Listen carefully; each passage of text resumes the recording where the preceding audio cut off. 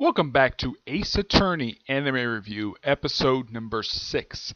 This I'm reviewing the 28th episode of anime, The Stolen Turnabout, the third trial. Yep, that's what this one's called. Next episode is going to be the one for next week is going to be the conclusion of this one.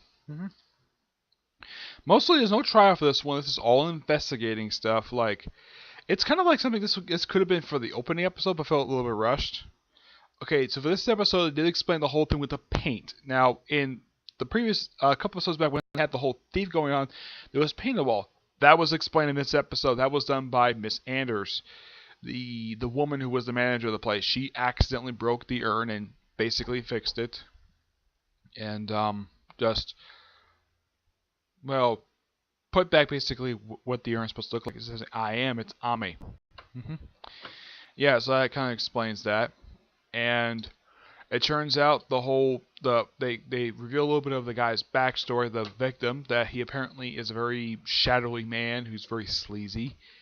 I mean by that, the guy basically sells dirty secrets. Kind of like another guy, kind of like the guy who murdered Mia Fey from the previous season. It's very similar, but at least the guy who actually was keeping dirty secrets actually was killed this time instead of being the one who actually killed the actual person who was trying to expose them. Yep. In the case of the guy who's Master Mask, he is Master Mask. He was apparently hired to do all of his jobs, and it was all detailed and planned anyways. And his wife also explains how they fell in love. Well, yeah, for her, it was love at first sight when he saved her from a couple of robbers who were wearing ski masks and carrying switchblades. And, of course, flying his arms. Yeah, it still doesn't explain the whole thing. His hair just keep, popping. And she also calls him a cinnamon bun, which I thought was kind of funny. And it turns out the guy who was caught from last episode, he's being tried at the same exact time that Ron is being tried for murder. Oh, and Godot is nowhere to be seen in this episode. I mean, yeah, he's absent.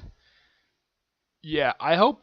Oh, yeah, and one thing I thought was really nice for this episode, they did something look like it was pulled out of a video game, like the style of a cutscene in a way, when Ron was going into the place. Now, they explain, the truth thing. This is something I've never seen in the show before, where they show, the actual, night thing. He just put his car, apparently he kept that through previously working there. He tried to look in the office, tried to look to see if anybody was there. Someone knocked him out. He found a dead body. He's the one who's stuffed in the case. He's not the one who murdered the CEO.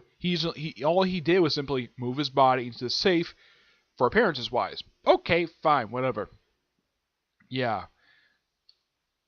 And this overall was just simply a really good episode. I really enjoyed it. Good setup for the next episode. That's simply what it was. It feels like an episode that could have been also the opening episode of an actual trial. That's what it kind of felt like to me. It felt like this was basically usually it takes up around almost half of an actual first episode investigating stuff here and there. But yeah, really good. Yeah, and also this is something that was really weird. The ace detective who was actually caught, who actually committed the crime.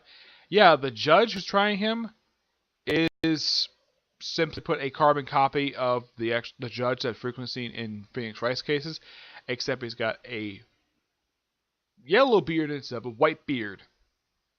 I don't know why that is. It's particularly very weird. Okay? So yeah, fantastic episode. Looking forward to next week's episode, which is going to be the finale for this arc. Okay, yeah, 4 episodes is good enough for it. Yep. So my next review I'm planning on doing is for 7 Deadly Sins. Yep. But until I see you all in my next reviews, bye.